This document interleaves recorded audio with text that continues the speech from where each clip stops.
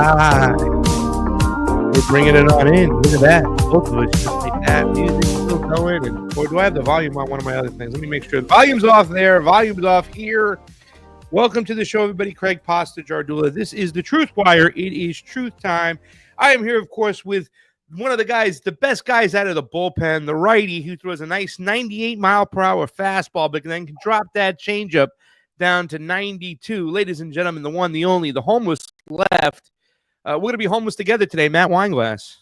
Thanks for having me back on, Craig. It's been a wild ride this year so far. But yeah, this is lots going on. Ready to talk. Yeah, let's be homeless today. Let's do it.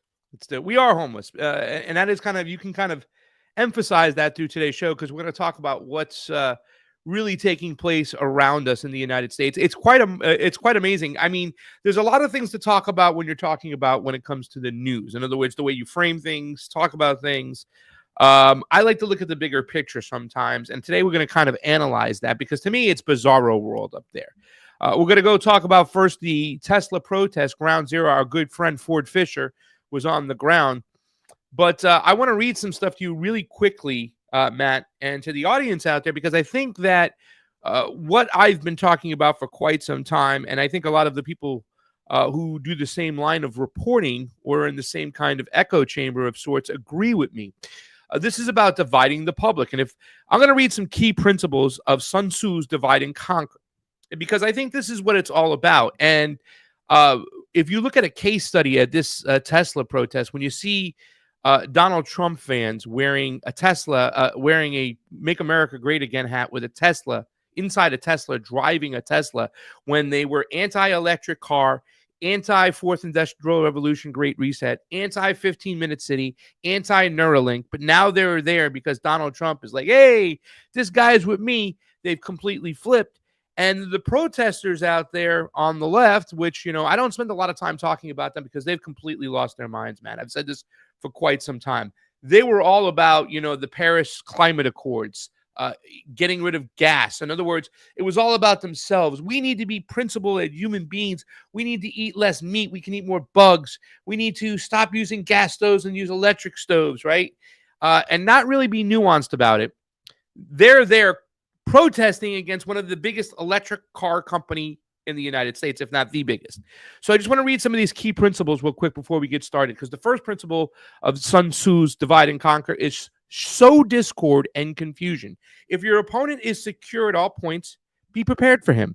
If he is superior in strength, evade him. If your opponent is temperamental, seek to irritate him. Create internal conflict with enemies' ranks politically, socially, and militarily. This weakens unity and makes them easier to defeat. The second principle of Sun Tzu's Divide and Conquer: separate strong allies. Excuse me, I'm going to say that together. Separate strong allies, which we could be the biggest ally in the United States, the working class, right? Those who are suffering, the 99% versus the 1%. But they've done a great job of separating strong allies. If there is unity divided, a strong coalition is harder to fight. So isolate allies from each other using misinformation, strategic delays, or diplomatic manipulation. 3, attack weakness, avoid strength.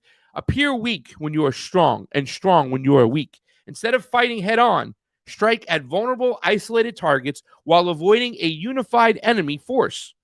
So they're very good at that. They can sense when there's weakness in the water. The ruling class is like sharks smelling blood. 4, use deception and psychological warfare. All warfare is based on deception. Make the enemy believe they are winning, confuse their leadership, or make them doubt each other. This leads to internal fragmentation before a direct confrontation. Hey, Matt, winning. We're going to be so tired of winning. We're winning. No, you're not winning. You're being misled by one of the biggest snake oil salesmen of all time, the guy who's in the WWE Hall of Fame. Number 5, the last one: force the enemy to spread thin. When he is united, divide them. Make the opponent stretch their resources over a large battlefield of multiple crises, making them weaker in any given location. I just wanted to start off with that really quickly before we dive into this head first. When you have that in mind, look at what's going on.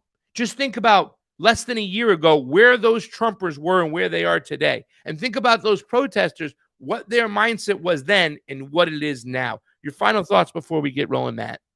No, that list hits it on the head. This is the strategy. We have to keep this in mind as we watch these people go at each other, thinking that they are the good guys, the other guys, the bad guys. And like you said, they switched sides. They switched the things that they care about because they were told to by their tribal leader. And so they both have this problem. And we on Homeless Left, we do cover the left. I know it's hard. It's more frustrating because it seems like they're further gone, but we have to kind of keep tabs on both of these groups, and we kind of see how they're kind of spiraling down in their own kind of way. And like you said, like it's our job to try to figure out how to fight back against this and build a real coalition. But man, they're really good at that. Those 5 points are pretty spot on how to keep us all divided. So I just want to add on, I think it's also more frustrating because we come from that tribe. When we did play the team sports, we were leftists, Democrats, that sort of thing, supportive of Barack Obama, supportive of what we thought was the working party. When we found out what exactly was that they don't really represent workers, there's a lot of mud on our face, a lot of egg on our face. But here's the thing too, Matt, I was thinking what a solution would be. Next week, I will be starting this Friday, I shouldn't say next week, the end of this week, in the weekend, I will be at the Third Eye Carnival in Tennessee. I'll be doing the cooking for the event. And that's kind of an event where people are getting together instead of having conferences or meeting, whatnot, just to have celebrations, comedy, art, music, good food, but then to talk about solutions. I'm looking at this event and I'm seeing how people are just going at each other. And I'll have Jayme pause it here and there. By the way, I want to give my love to CheeseSlice on the 1s and 2s, always holding it down. But I was saying, man, I wish after this event, Matt, that me and you can have a dinner, host a dinner, take 5 guys from one side, take 5 guys from the other side, find out who's willing to listen, sit down and have a dinner and just talk about it. Because I think that's the kind of atmosphere we have to create. We can't make it too intense, but we're sitting down, breaking bread, talking about what's going on. Maybe we can get some people to understand that the divide and conquer strategy is in full force and in full play right now. Let's just jump right into it. Jayme, let's get the ball rolling. This is the Tesla protest. It was covered by Ford Fisher. We love that guy out there. And take a look. You'll see how both sides react, ladies and gentlemen. And we'd love to hear your thoughts in the comments in the chat. Go ahead. Trump supporters. Hold on. Let me get that. Trump supporters debated with anti-Elon Musk protesters outside the Tesla dealership in St. Petersburg on Saturday. Protesters called Tesla vehicles swastikars. One held a sign reading "Deport Musk" and his little Doge 2 with a swastika next to Musk's name. By the way, the same tactics. I know this has got to piss you off, Matt, where they just anything that they do, they call him a Nazi. It's ridiculous. You'll get your Social Security. We're not taking away your Social Security. He's taking away Social Security from a 300-year-old, a Trump supporter argued. Once again, the main line. Let's roll into it.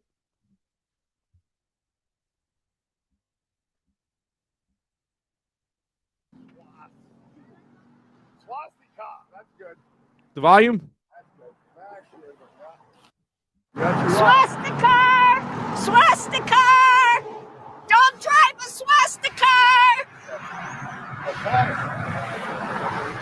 This is what insanity looks like. This is what insanity looks like.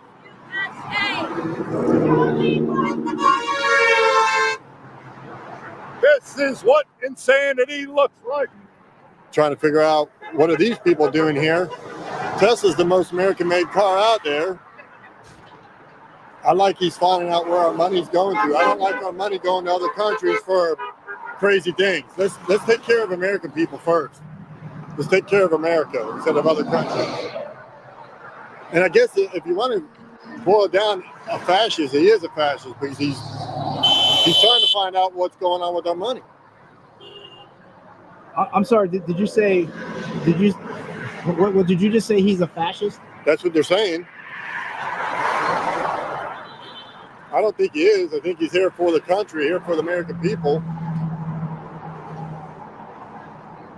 3 years ago, they loved the Tesla, Elon Musk, all the electric cars, but now they're burning them down for some reason. Our message, our primary message is we don't want an unelected person and his minions going into our government and robbing us of money and programs.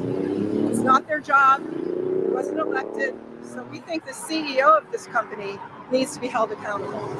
We're fine with people who drive Teslas. We're fine with people who love the electric vehicles. We love electric vehicles. Everyone should love electric vehicles. But what we have a problem with is the CEO. And this is our only way of protesting that. Okay, and you can just make us big for a second. We'll go back to them. I got to stop it right there because there's so many things to unpack. The most electric car. Well, let's work our way backwards from the white woman. I got to say that some of the most aggravating people in this country right now are old liberal white women. I mean, they're just the most obnoxious. Like these. I mean, it's so shallow. And everybody should love electric cars. But the problem is with Elon Musk. So why are you there at his electric car company? Let's start with the Democrats and give them a little criticism very shortly into this clip. Matt, what's your initial thoughts so far?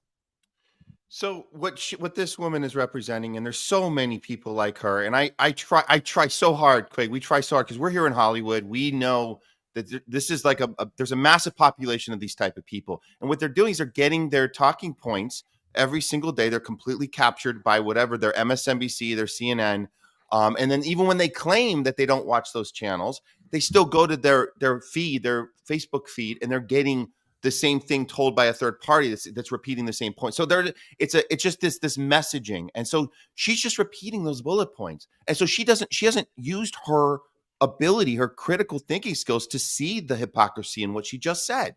Standing in front of an electric car company, talking about being for the environment, being for these things as she's protesting this thing.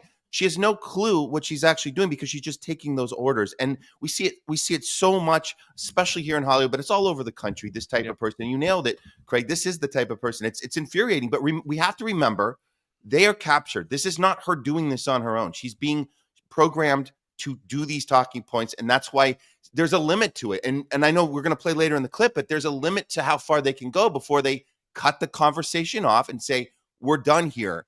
And that's another thing. That's their default when they run out of material. Again, because it's not their material. It's given to them. When they run out of it, they don't want to talk anymore. So that's another thing we see. So it's frustrating, but it's also very sad. It's very sad to see.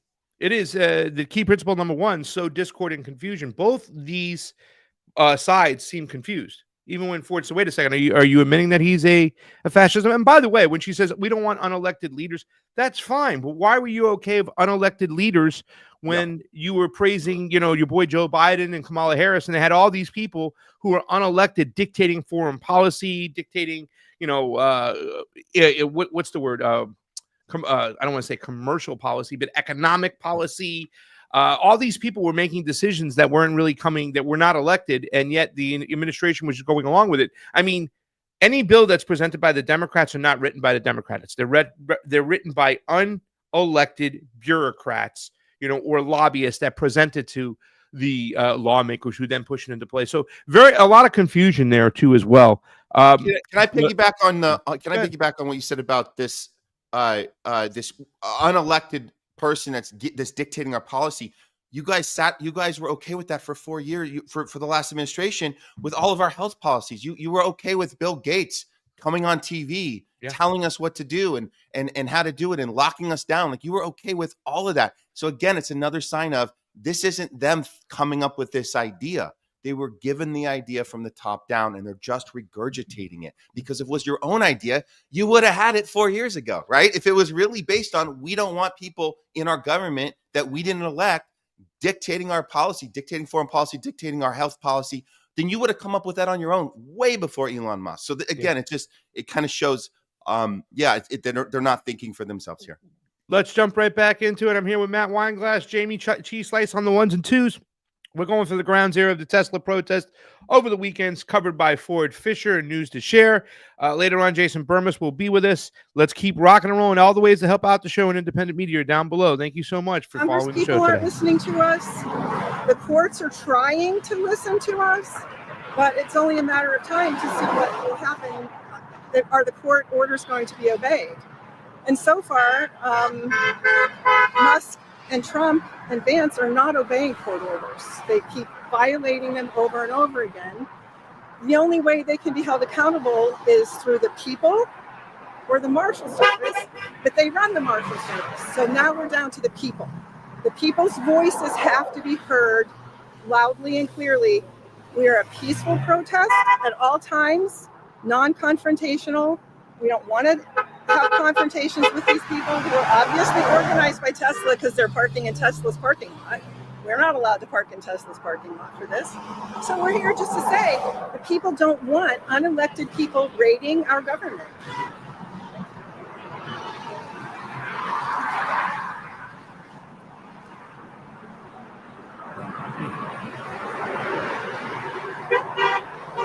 What brings you guys out here today? Everything. Everything? We're fighting for America's right to survive and for rights and democracy Free speech. for everyone. Women's rights. Dismantling of America. Unelected people altering our government. Medicaid. You really like this guy until you realized, oh wait, he's going to support stuff we don't believe in. Now it's very black and white. He's trying to save America's finances. All liberals into a group. I'm middle, dude. Well, you're out here with who's that? Do you know the definition of fascism? Of course I do. What is it? It's government overtaking. And you don't think that's going on? Dude, don't bait me. Go away. I don't want to talk to you. See, I'm not here to talk to you. Oh, so you're here to like send the message, but as soon as somebody starts talking to you, you realize it's going to sound like horse shit coming out of your mouth. That's the reason I don't want to talk to you. Go home and watch some other Fox. You don't need to watch this Fox. You just have a brain. Go away, dude. See, obviously they don't want any involvement. I'm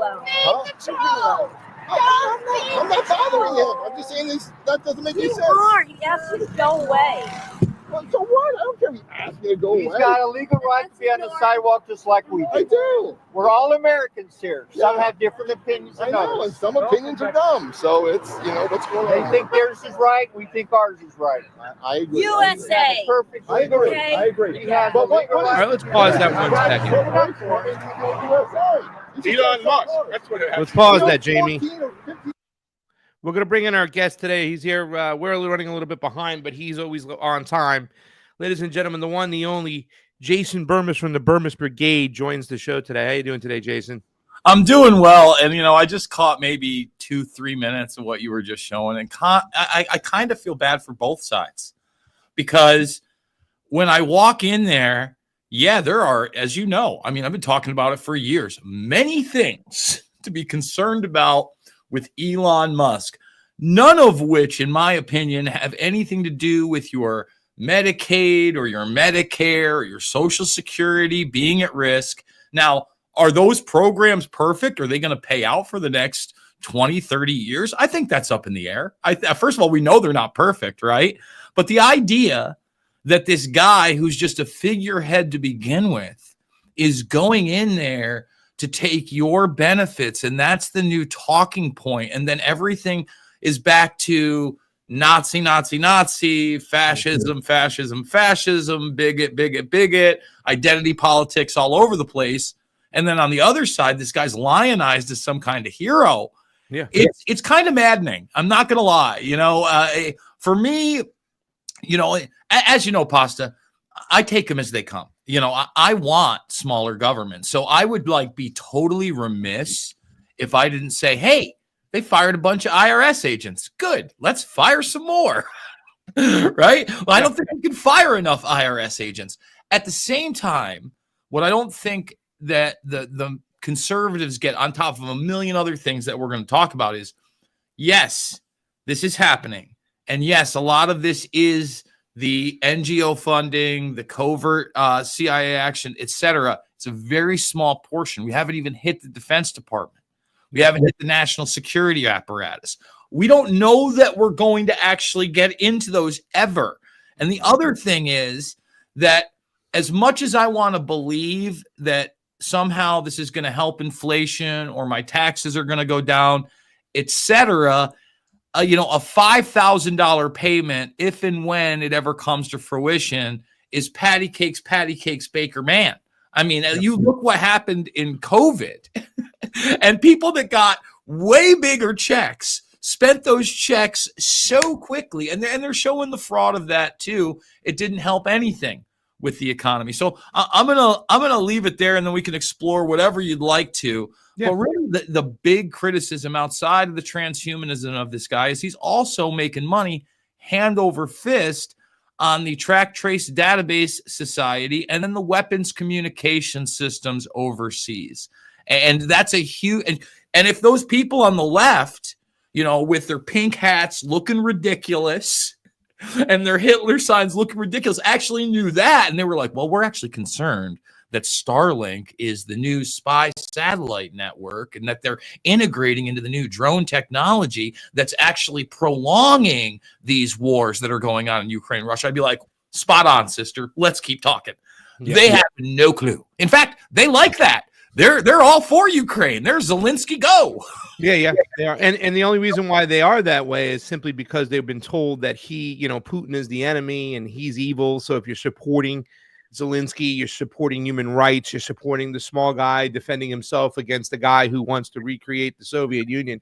I have never seen any evidence that, Putin does want to. In fact, I see the opposite. For many years watching Putin didn't want to have a Soviet Union style type of country geopolitically. It's too big. It's too much to manage. And you know what I'm saying? You have 11 or 12 time zones in Russia. It's already big enough. You have enough resources. I think that Vladimir Putin has always been fine with with Russia being the way it is. In fact, I think he just always wanted part of the Donbass and Crimea to be part of Ukraine because that was the Russian contingency. Therefore, you would have balance through votes, through litigation, through the parliaments.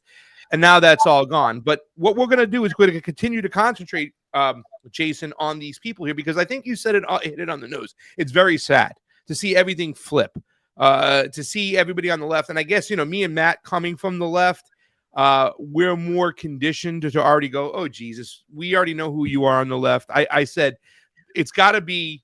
Myron Gaines says that black women are the most annoying people out there. I think that white liberal women are probably the most older white liberal women that are just repeating these things, even though that woman was repeating the talking points that were given to her and there was some merit to what she was saying.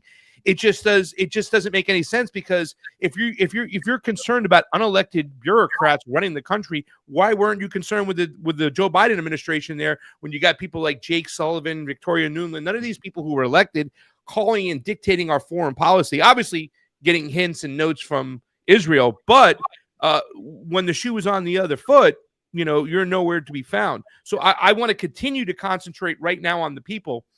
And I was reading off some certain things before the show started, Jason. I don't know if you were listening. I was reading off the 5 principles of Sun Tzu's divide and conquer. 1, sow discord and confusion.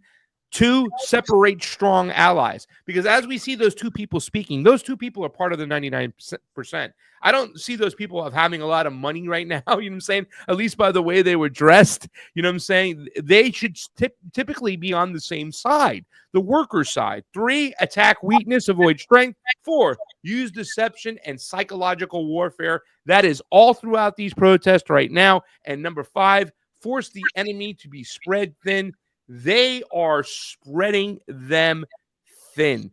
Final comment real quickly, Matt, before we get to the next part. And if Jason, you want to jump on in, because I want you guys to watch some more of this, because every single time I see a guy with a Make America Great hat on again, driving a Tesla, I'm going, wait, this is just blowing my mind. Isn't this the Neuralink guy?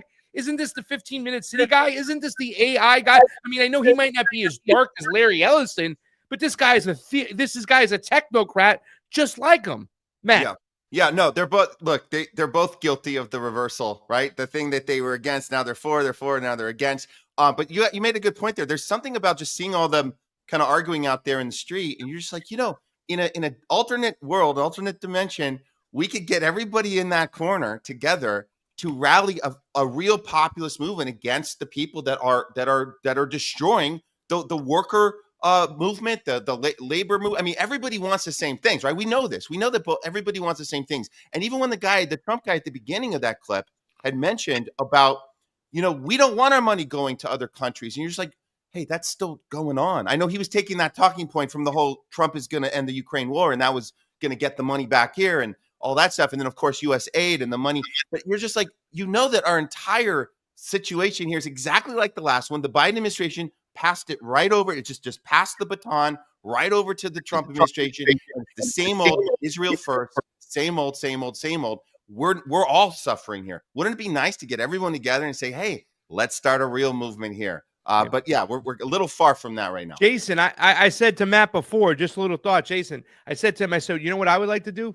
I would have liked to take 5 people from both sides of that rally after the rally, take them to dinner, sit down at one table, break bread, make the conditions, the atmosphere, the environment more relaxed. I mean, that's what the Third Eye Carnival is all about, which we'll be doing this weekend in Tennessee. But sit these people down and let's have some food. Let's break bread. Let's talk about these things and just kind of hash this out. Get them out of this environment, which has pitted people against each other. Your final thoughts before we get to the next clip. Yeah, the one thing that I really want to emphasize is, you mentioned the fact that they're talking about Elon Musk and him coming into the government and they didn't vote for this guy. Joe Biden didn't run anything for 4 years. That's really the big difference for me. Like, you can hate Trump. You can say this is puppeteer. The guy's conscious, okay? He's talking. I mean, literally in the first, I think, 48 hours of the second administration, he probably spent more one-on-one time with the actual media being grilled and giving press conferences than Joe did in 4 years. And that's another frustration with these people, that as long as their team is winning, they had a literal zombie there. And we could get into all the corruption and the Hunter stuff and the Ukraine stuff and the China stuff, and that's all there. But just baseline, there's a guy who could speak and is actually trying to be the president, and there's a guy that's like, I'm the president.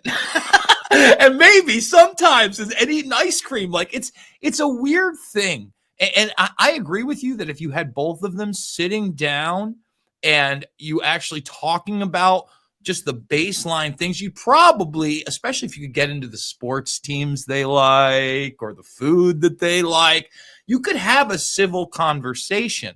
But I think because you have so much massive amount of ignorance on both sides and these talking points on both sides without actual critical dissonance on either side, right? Like, for instance, if I'm that guy in the MAGA hat and I'm coming over there and I'm really trying to like make my point of how you flipped on this guy, I'd go, well, he hasn't flipped on the idea of carbon credit systems and climate change and that type. You're still for that, right? Like, you're still on the EV train, just maybe not his. I haven't seen one person in these dunk on conversations bring that up. I mean, that like, whether I believe in that or not, that's certainly not something he is all of a sudden flipped on, right? He's still working towards the tiny home initiative and all these other things. And whoa, the tiny home and carbon, that's something the right should be concerned about. Yeah. Start a real convo. And I haven't seen a real convo because unfortunately, you got somebody who's watching Sean Hannity and Jesse Waters on one side. Yep. Then you got somebody that's watching Jimmy Carville on every network and Rachel Maddow on the other. And there's just like, and then you've got, unfortunately, that middle of the road, or what some people would call all right, watching a Joe Rogan, who's best buddies with Musk, one of his huge blind spots, or even Alex Jones, who every day is talking about how much he loves Musk. To me, that's a big issue because, like you said, there's so much more going on. I mean, man, we one of the things that really surprised me yesterday, Pasta, and I'm sorry I'm ranting here, but okay. I had no idea that a limousine in the Putin brigade had gone on fire, had exploded. But the last time that happened, Dugin's daughter died. Yeah.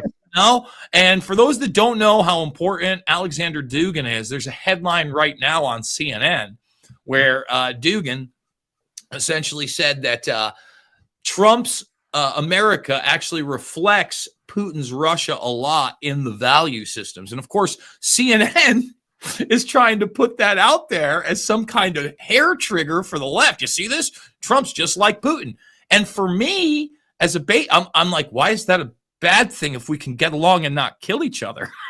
Yeah. Jayme, get to the next thread, the next clip of the same thread. I'm so sorry to interrupt, Jason. No, people don't understand. Jayme, get to the next clip of the thread. You're not exactly. What I'm trying to say is that, yeah, the very next one. What I'm trying to say is that people don't understand Russia and China at all, especially when it comes to people. A lot of the people who watch your show, Jason, I don't want to use the term populist, right? Because I still believe you attract a lot of independent thinkers, but I do think that a lot of the audience that we see on the populist right seem to think that China and Russia are just ruling and dictating everything from one entity. In other words, everything that happens in China comes from Xi Jinping. It doesn't. There's actual free market and capitalism existing in China every single day. In fact, China has a law in which they hang and kill their fraudulent bankers, their deviant bankers. There are a lot of entities that are going on in Russia. If you remember the Prigozhin type of uprising, when Prigozhin and the Wagner soldiers started marching back towards Russia. Yeah, they quelled that out and put that down really quickly and then moved on, whether you believe that Putin clipped Prigozhin or not, or was it the West clipping Prigozhin because he didn't get the job done.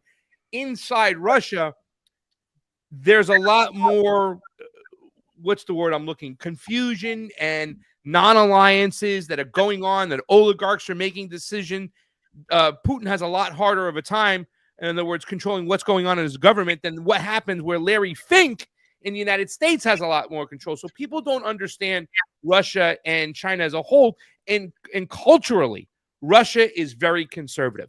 They are okay with gay people there. It's when you hear a lot of lefties going, oh, they hate gays. No, Vladimir Putin just won't, in the Russian Federation themselves, won't let gay pride parades exist because they don't want children seeing that stuff. You know what I'm saying? They are very much more conservative and much more aligned culturally with the right in America than the right believes and understands. But that's the problem. I think that the left was able to say this is all about, the right was against the Ukraine-Russia war because they could put it on Biden because it was Biden's war. And that's the main reason why they can do it. Meanwhile, a lot of people in the populist right figures, or at least conservatives with lawmakers like Josh Hawley, will say simply, Putin's a dictator. They're all anti-Russian inside the Congress anyways. They only pivoted because it was politically expedient for them. But I want to get to the next clip. Jayme, go full screen. Take us off. Guys, take a look. I'm with Jason Burmis, Matt Weinglass. This was the Tesla protest in St. Petersburg, covered by Ford Fisher and News to Share. We're here, TruthWire. All the ways to help independent media are down below. Take a listen. Take a look at this. Hey, we the people actually voted for Trump and all of them. He said it. He was going to do it for 4 years. Now he's doing it. A majority of people in all the swing states, all the important states, agree with it. I don't give a fuck. Hey, or not. Fuck off. Fuck your son. That's right, you ain't got kids, you damn fucking whore. Oh, I got ruined. Fuck you, bitch. You would fuck you nasty whore. Fuck off. I'll take your mom. I'll take your daddy and your husband, bitch. You bitch. I'll take your husband, huh? You ugly bitch. Fucking sitting there, I can't see. Make them bitches get out of my way. It's all the money that they found that the corrupt government has stolen from us. But all of our tax dollars that they've stolen from us. Yes, you're okay with that. It's our money. It's all being funneled right back to them. You're just repeating what people like. The facts are there. Have you not seen the facts? Lady. Like you probably think they're going to. Where you been? Where you been? Let's hear where she been. You've been to Washington. A lot of people have been there. Where did you go? Did you go to the White House? Was in the Smithsonian. You watched What's that got to do with Trump and the White House and all the shit they're doing? Is that what you watched them do? Steal The from us? Smithsonian? What does that have to do with our tax dollars? Explain to me how on $120,000 a year salary they have multi-million-dollar homes. Well, let's hear How do they afford multi-million-dollar homes? How can they afford multi-million-dolar homes on $120,000 a year That's your salary? stupidity. How is AOC Listen to just the 2, fake 3, news 4 years lady. in a multi-millionaire when before that she made $53,000 a year? How in the world are they making money? Truth here. And you use your common sense. We sure can. I am. So I'm trying to tell you the facts. Do you want to hear the facts, or do you want to just keep spewing your stuff? How many thousands of people that are under? First of all, how many dead people are getting Social Security? Do you know? Millions. There's millions. Millions. How many people over website, 100 years old? How many people over 100 years old are getting Social Security? How many people over 100 years old are getting Social Security? Millions. Millions. This is how they're getting rich. They're funneling it back from their NGOs into their own pockets. Every single politician that has gotten rich, their family members are run NGOs, and all the money is getting funneled right back to them. You need to look this up because these are facts. You can find it on These the are government facts. website. These are the facts. Quit listening to all this fake news. All right, pause. Go ahead. Pause. The facts. I would say, pause. Allege. Jayme, let's get us back in here. I would say right there, like, okay, so I got to get your opinions about this. And obviously, Jason, we'll start with you because you're the guest of the show. Because when you look at Doge, the concept of it is good, right? Nobody wants governmental waste. They can't stand it, whatnot. But they're trying to make it very much one-sided when it's just not the case. You know, for many years, the conservatives have used, I mean, Marco Rubio and all these other guys, they were a little bit pissed at USAID because USAID wouldn't necessarily do exactly what they said, but they used them as a mechanism for regime change whenever they could. The right, created the NED. It was created during Ronald Reagan because they knew there would be a problem with all this funding going on of the oppositions in these other countries, and they used it to sell crack cocaine on the street, freeway Rick Ross, take that money, buy weapons, and then give it to the opposition. So they needed a PR firm and a mechanism to fund all this money. So when you look at Doge and you hear it, okay, this is great.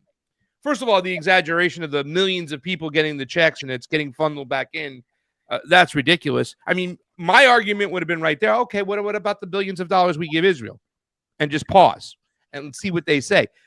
There's waste and fraud on both sides. The problem is we don't understand where this money is being reappropriated to, especially when you talk about these NGOs like the USAID and the NED. But more importantly, Jason, the behavior of the United States hasn't stopped. They haven't dropped sanctions.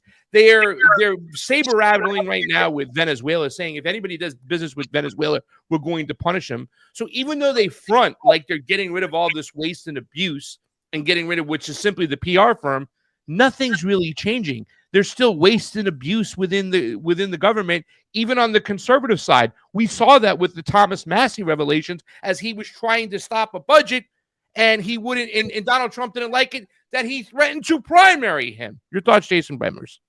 I mean, just because you brought up Thomas Massie at the very end, I think that's probably the biggest point is that somebody like Massie, who's overtly honest about the budget, he's been calling for 12 CRs. In other words, every month, we have a budget in front of us. We pass that budget. We work within that budget. It's kind of what you do as a business, right? If we've got the businessman president, maybe you want to listen to Thomas Massie a little more. Just kind of quickly going back to the video, and I know you mentioned the second part more, and I'm definitely going to get into that on the stats and the Social Security, the old people. I just want to really relate how it turns my stomach when I watch something like the first half, where it looks like something out of my bar that I ran 7 years ago, when two 40, 50-year-old somethings have had too many cocktails and somebody likes the other girl's boyfriend. I mean, like, it's the craziest thing that F you, you're never going to get anywhere. And as far as the Social Security thing, I actually do think that's a good way to at least start the conversation because that's real. But whether or not it's getting funneled back to the AOCs of the world, I don't think so. I think more than likely, you're probably seeing that stuff in the NGOs or the law firms that are taking care of it, and it's on a wider spectrum. Going back to USAID, and the Republican aspect of that. You know, I actually saw a really interesting story and even a little video of Adam Curry, who's the Podfather. He's got his whole No Agenda network. But when he was on Rogan, he actually, and you can watch it on YouTube, they pulled it up. He went on one of those USAID concerts.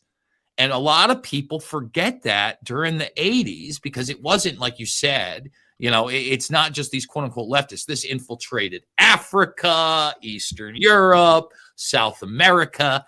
And they're on this plane, and it's like Ozzy Osbourne and Black Sabbath and all of the like MTV people, Adam Curry, and they're all going there to basically not only, in my opinion, infiltrate their government systems, but infiltrate the culture with what's popular, right? And act like the benevolent. Think of the way they framed it, USAID. These people are USA, they're coming to help, and they're bringing the rock stars. They're bringing the aid. You know, and again, when you really look at it, like you said, beyond this new thing where everything's the left and George Soros, and look, Soros was a genius on this thing. He's not the only one, right? And you got to remember, Soros is another guy that's been in Ukraine with people like Hillary Clinton since the late 90s. And I bring that up because when you look at USAID, I still remember Rock the Vote, right? I know you're from that generation. And I still remember a big, fat, drunk Boris Yeltsin on a stage like this. And that is another way that we've kind of undermined what once was the USSR, Russia, but very much the culture and the government that Putin came up with, right? Again, this is a guy that was heavily embedded in the intelligence networks there. So, you know, kind of going back to that argument and the facts, people have no idea what this thing has been over now, 4 decades. And like you said, that's still such a little small part of the rest of the money, of the rest of the apparatus that, look, I want smaller government too. I want this to be happening. But like I said, I need it to go to every aspect. You mentioned Israel. As far as I know, Israel is still getting USAID money. Not all of USAID money is done. In fact, I saw a post, I may have reposted on X, where there were 4 specifics that they were still getting that money. And look, you know, when you said no difference, let me say this, Pasta. This has probably been where I've been the most critical of this administration. Number one, you don't just annex nations. You don't just say Palestine doesn't exist and tweet out some cringy video.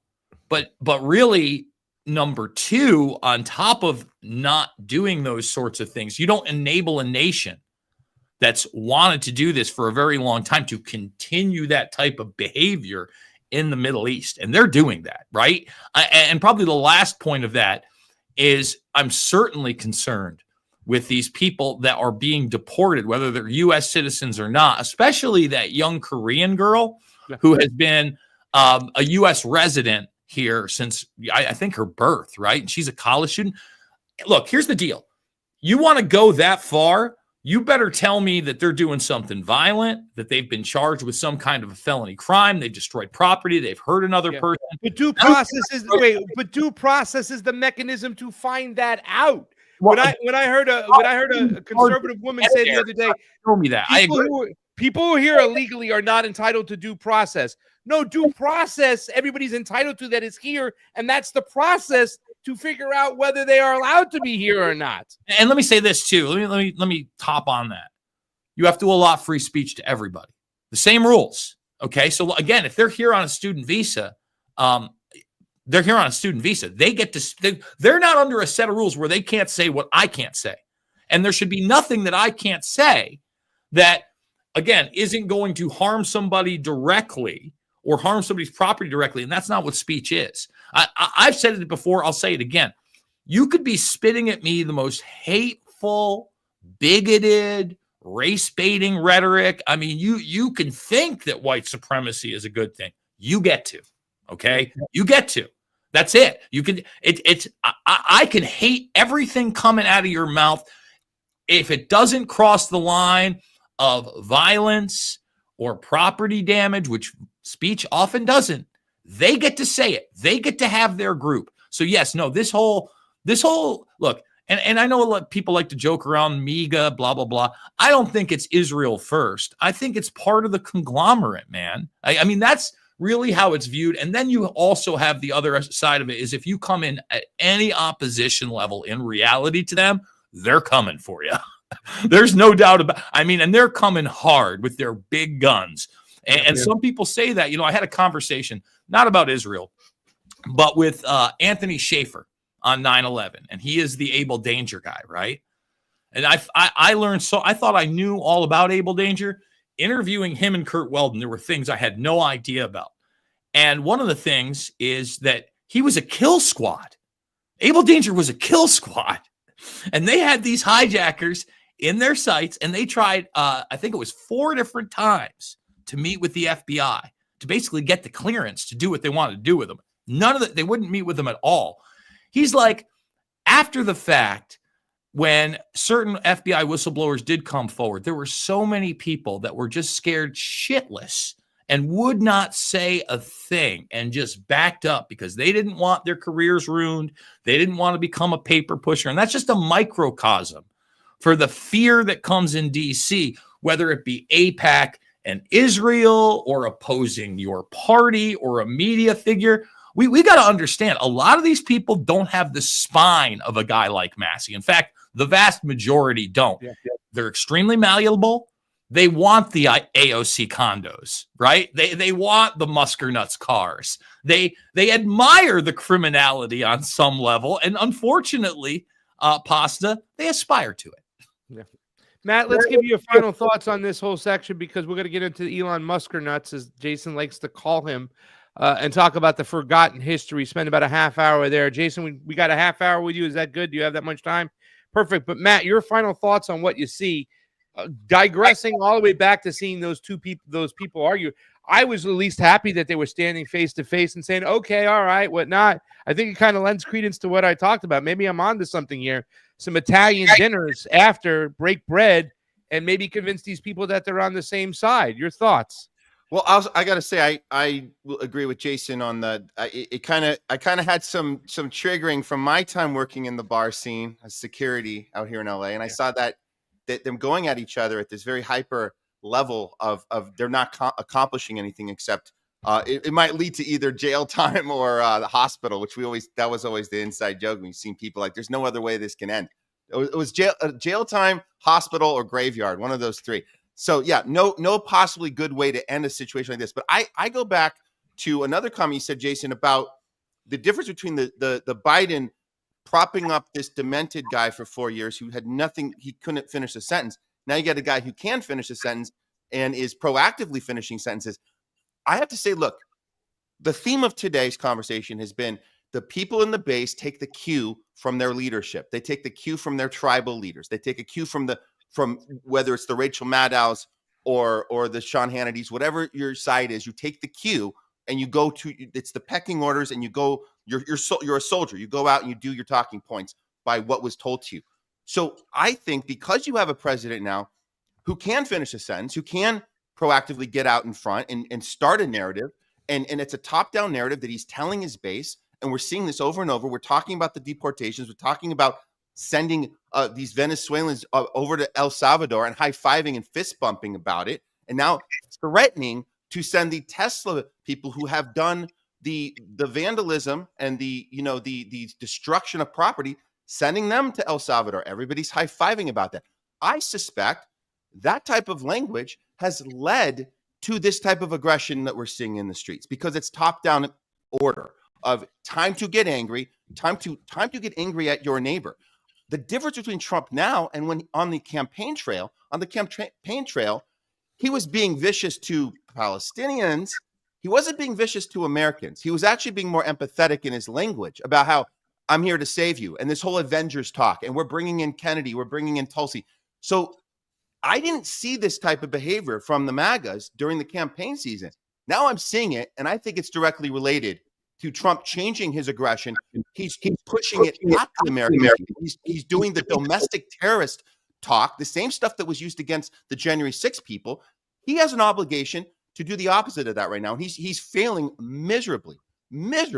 You should have said, you guys treated our protesters on January 6th like domestic terrorists. They weren't. They were not given due process. We're going to do better than that. We're going to actually treat the people that are burning down these cars and doing horrible stuff. It's not violence, by the way. It's destruction of property.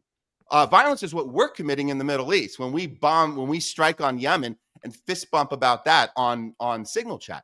So now's the time to set that precedent. And because he's not doing it, we have a massive problem here. We have people going at each other like I haven't seen in a while. And I think we have a lot of catch up to make. We are starting from way behind, guys. We are far from having that sit down in a bar, a friendly discussion with 10 people. We're far from it, I think. Yeah. Ladies and gentlemen, we're here. TruthWire. Jason Burmis is with us today, co-hosting. Matt Weinglass. Fiorella Isabel is on assignment. I see you got some critics inside the chat, Jason. We're not going to talk about MAGA today. Make Israel great again. We're going to stay on Elon Musk and Tesla, but I know you. I just talked about Israel and the whole situation and how I don't like that's the whole thing. If I don't bend the knee that Israel runs everything, I'm the bad guy. And then on the other side of the spectrum, when I point out that Israel is the bad guy in some situations, well, then I'm eviscerated in other forums. I just don't know what to say. I'm just too damn honest. We're not going to talk about that today. It's not on the subject because I brought you in here because I remember one of these videos. Guys, we're going to get to the second part here too as well. We're going to talk about the forgotten history of Elon Musk, one of the greatest videos I saw out there. And I think it's on the unconscious resistance. Jason Burmis was on with Derek Bros, James Corbett, who was playing Johnny YouTube, Whitney Webb, T-Lav, and I can't remember if I'm missing somebody else out there. Charlie Robinson was on there too. Charlie Robinson. It was a great episode. You guys just went right into play. I want to talk about the forgotten history of Elon Musk because at the end of the day, like you said in the beginning of the show when you first came on, the praising of Elon Musk. You see the left, the baseless, kind of myopic, boring, oh, he's a Nazi, he's a fascist, swastikars, the lame attacks, the sophomoric attacks. And, this is how I sold getting a show on WBAI in New York, a call-in show. I said, listen, I don't like Donald Trump either, but I don't want to go after him with these sophomoric attacks. I wanted to actually go into him for the things that are really necessary and the things that I think are a threat. One of the things that I think a lot of people forget about is his history when it comes to COVID. You can throw this up there. I would argue that I think that Elon Musk made just about as much money as Bill Gates did during COVID. And a lot of people forgot it because remember, a lot of these people in the right were part of the medical freedom movement. Tesla filed joint patent with CureVac on possibly revolutionary bioreactor for RNA. If you can scroll on up, I'm going to read just a little bit of this. Jayme, scroll up. A patent application shows that Tesla has been working with CureVac on a possibly revolutionary bioreactor for RNA for over a year. Tesla CEO Elon Musk announced yesterday that the automaker has become the manufacturing partner for biotech firm CureVac, who is working on a COVID-19 vaccine based on their RNA technology. The CEO announced that Tesla will be building RNA microfactories for CureVac. It took many by surprise since it seems like Tesla is making a move in the biotech world. But we now learn that it's been in the works for a long time, even pre-COVID-19. Burmis, give us your opinions on what this is actually about pre-COVID. When you talk about part of the master plan, when you talk about the technocrats, when you talk about this being a planned situation, it's almost as if Elon knew that this was going to happen. Jason Burmis, thank you so much. Get it to us. Yeah, I wouldn't say that he knew because he's just a cutout. I think that, there are a ton of, just like the Boring Company, which again, Elon's the guy that when you want to launch something military industrial complex style, in other words, the Boring Company, he goes out there with a big flamethrower and everybody's like, it's the flamethrower company. And then he starts talking about tunnels that you're going to be able to drive in LA and you're going to beat traffic. None of that ever comes to fruition. They sell a fake, not a flamethrower. And what it's really doing is it is literally building the centers for the military industrial complex and their subsidiaries. So in other words, government entities and then entities like CureVac, etc., that are underground. It's a military industrial complex company. Elon doesn't have a lot to do with it. Let's fast forward to CureVac and this patent. Now, when we talk about bio-nanotechnology, we are now currently in that era as predicted by NASA and the military industrial complex. And let's not forget, NASA and Starlink are peanut butter and jelly. It's a rebrand. It's not different. SpaceX doesn't get to do anything without NASA and DARPA approval. Full stop. Okay. So that's a rebrand. Now, this company comes into fruition, and then just at the right time, when mRNA, again, has been developed with Moderna and others, again, private companies, for now almost a decade. 2013 is where they cut that first big DARPA $25 million contract to then build something called the Strategic mRNA Collaboration, okay? That circles in DARPA, BARDA, Gavi, the Bill and Melinda Gates Foundation, the Institut Pasteur, etc. Remember, at this time, pre-COVID 1984, Musk is almost just like the next level Gates.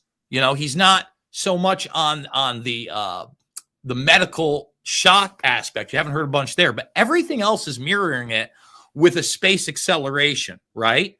It's AI, it's automation, it's robotics, it's programming, etc. So then when this does happen, not only do they take the patents, but you can watch the videos. They're very hard to find, even though Elon Musk was surrounded by the media at the time. He goes to these bio-nano factories. As they start printing it up, he's in the mask. He shows everybody how they work. And I think this is the big problem. The left is behind they like the shots still. They haven't bent the knee and admitted, hey, we got duped. And then on top of that, both sides have no idea what they were. No idea what they were. Again, this was printed up bio-nanotechnology. And I'll give just like an example of people and their ignorance. Kurt Metzger, who I love to death, and I met personally probably about 2.5 years ago now. He's come a long way in 2.5 years. Let me just say that. But we're outside and we're talking, and he brought something up about Musk. And I go, Musk helped print up the shots. And he goes, what do you mean print up the shots?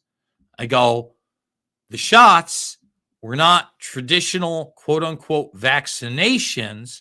And instead, much like CRISPR, they were code in a machine that went to that machine that printed them up in a new process.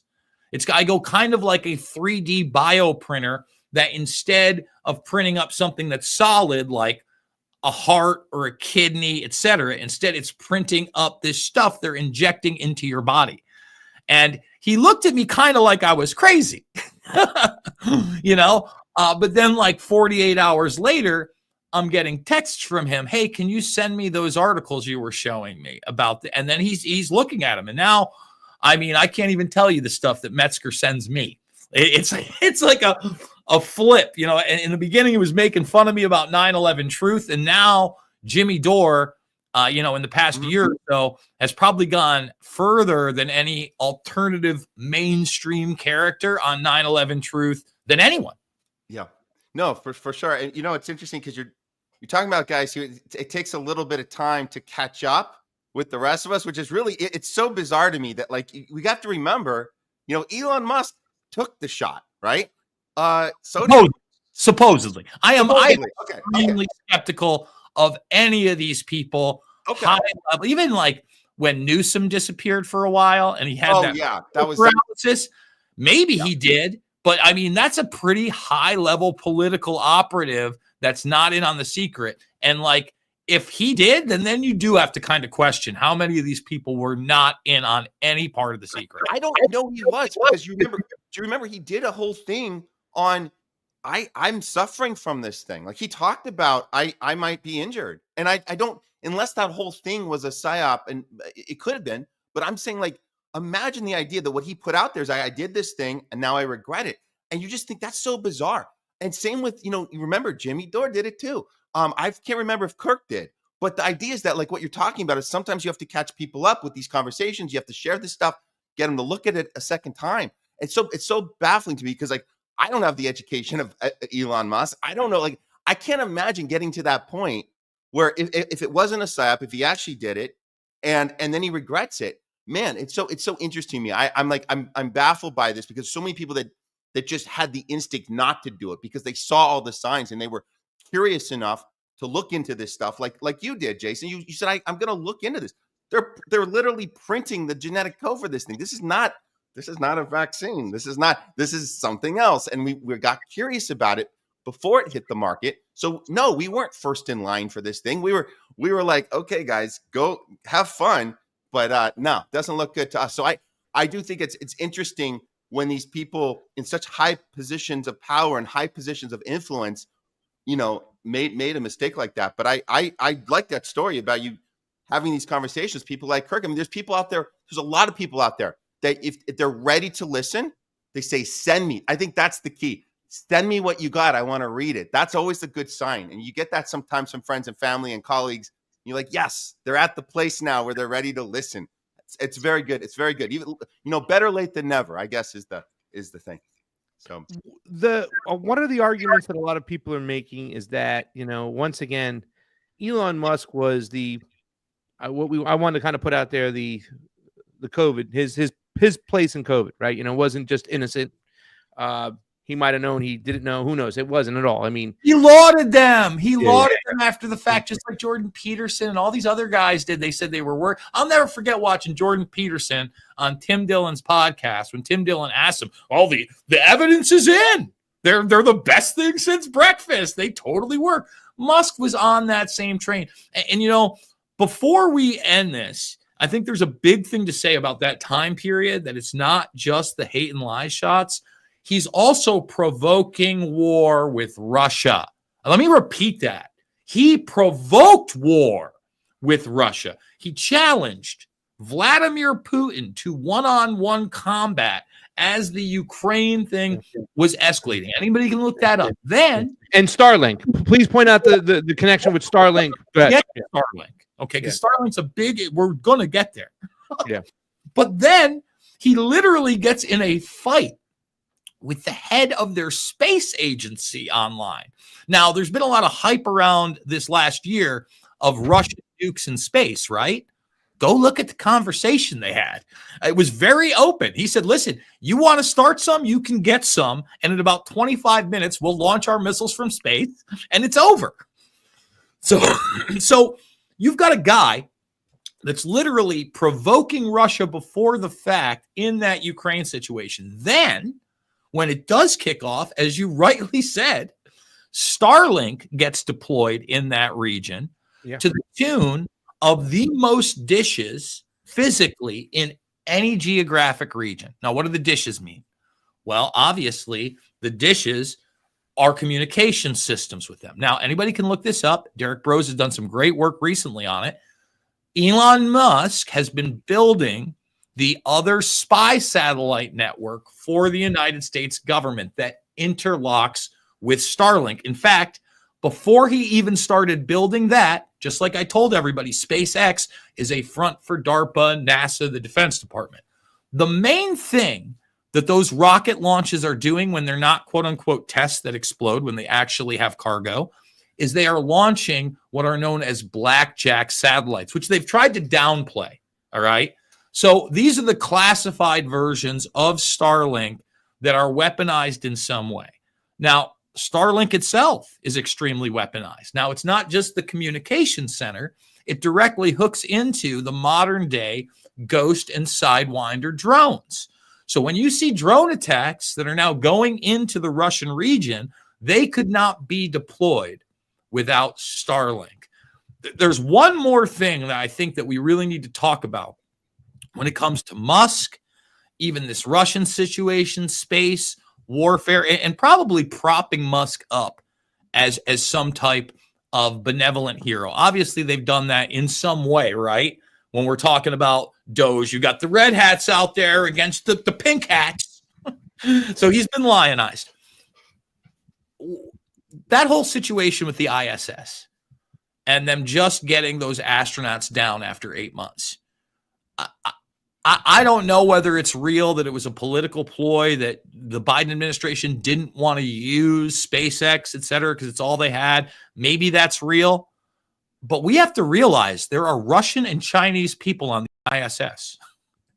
And that alone, all right, lets you know that the Russians and the Chinese on some level have weaponized space. Full stop. And there are treaties that we are not aware of.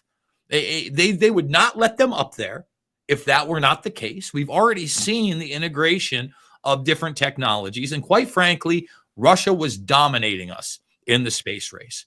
So we have some cooperation with these nations that we are supposed to be right at the throat at, right? And that we are supposed to also be in heavy competition for technology, AI, quantum computing, bio-nanotech. You know what they're doing on the ISS?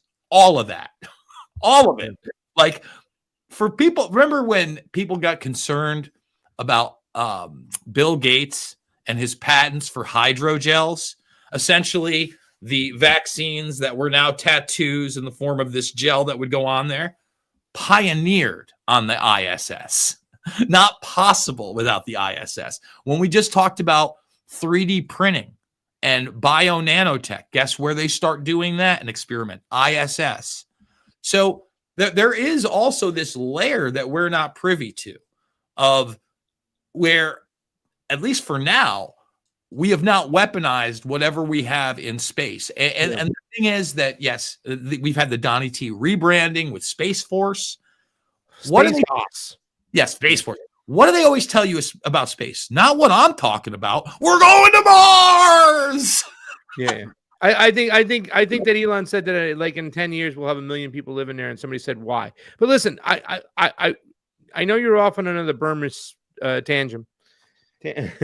But listen, I just want you to put a bow on this really quickly and kind of put together. Elon is kind of somehow evading himself of having anything to do as far as making money on COVID. In fact, some of the rhetoric has been he was always pushed back against it. He's the Neuralink guy. All this stuff. How is he able to pull this off to where we see a MAGA guy who hated electric cars last year, who was against the fourth industrial revolution? You couldn't even talk to them about Neuralink. I mean, I don't want to poke into Elon's personal life, but it's kind of fucking creepy the way the guy continues to have babies with different people and the science behind it. But how is he able to pull this hocus pocus Houdini act off to where now MAGA is praising him and he's taking the lead? Jason Burmis. Well, unfortunately, I think that the conservatives, they're never really honest with themselves. All right. And I'm going to take it away from Elon for a second here. Well, because I think you made a great point with the 15 kids or whatever, right? Obviously, he doesn't have the traditional family values that the conservatives are constantly espousing. Pasta, it's one of the reasons, and I'm a big family guy. You know this, right? And I dream of having my own children and a wife one day. The time's running out. I don't know if I'm going to get there. I'm aspiring to it. I'm certainly not perfect, but I don't go out there and preach that I'm a Christian conservative and I believe in this and I believe in that.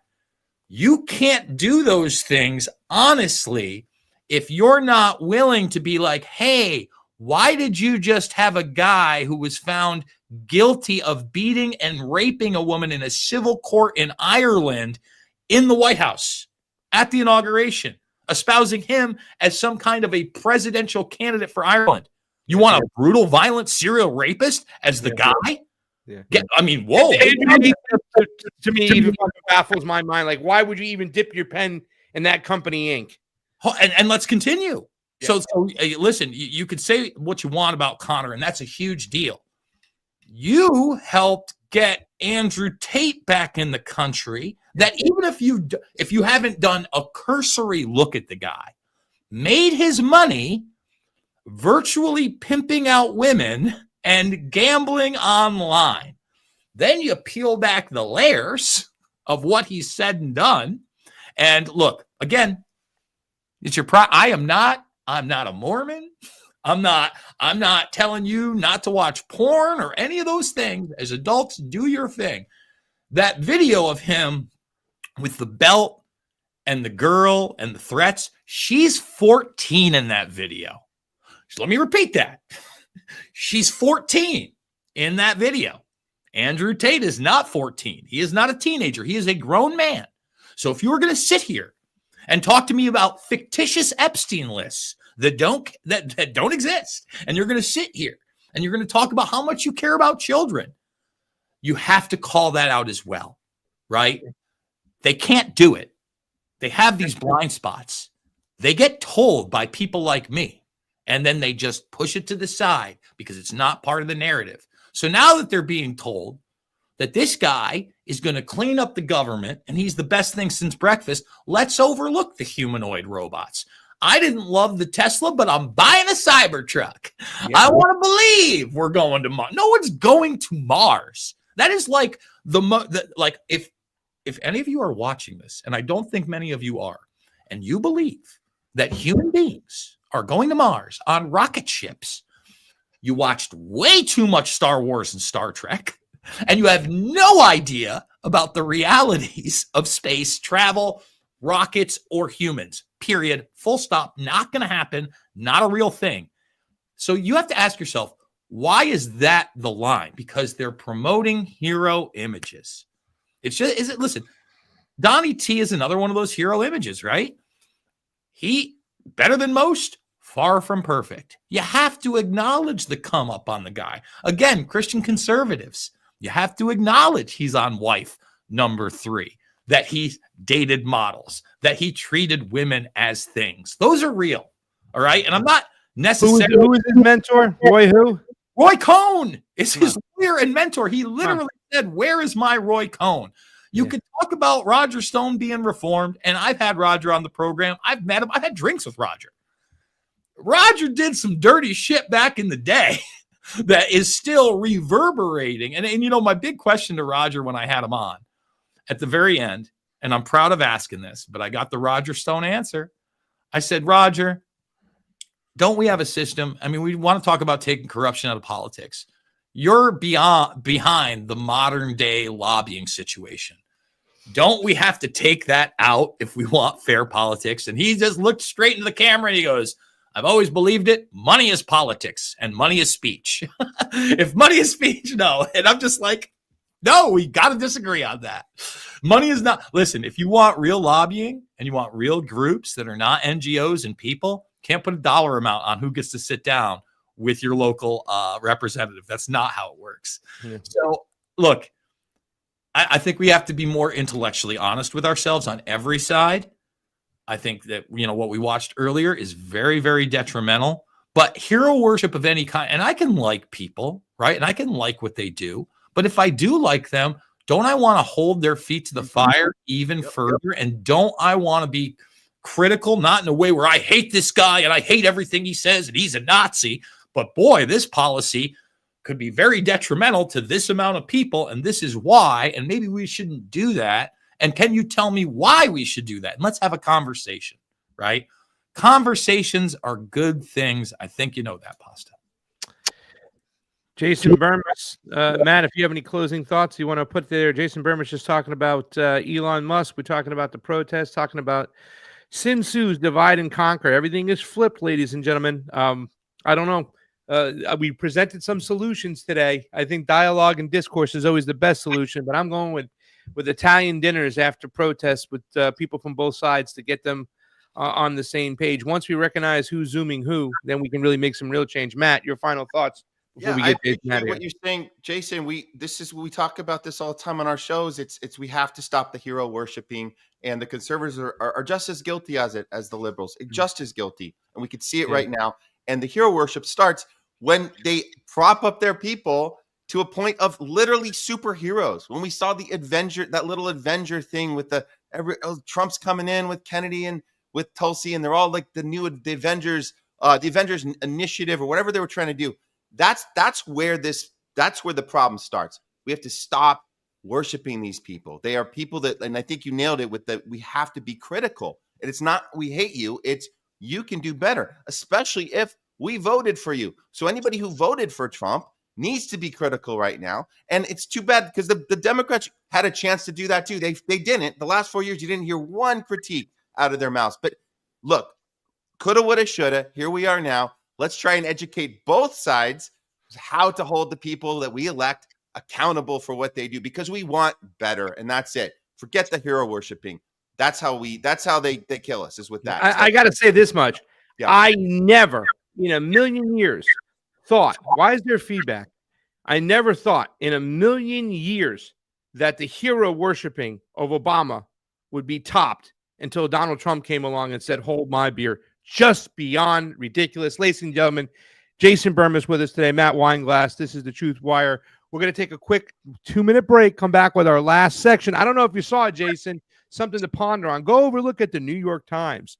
They just admitted that the Ukraine-Russia proxy war was exactly that, a proxy war from the United States. I hadn't seen anything like this since the Time article magazine admitted that the 2020 election was rigged.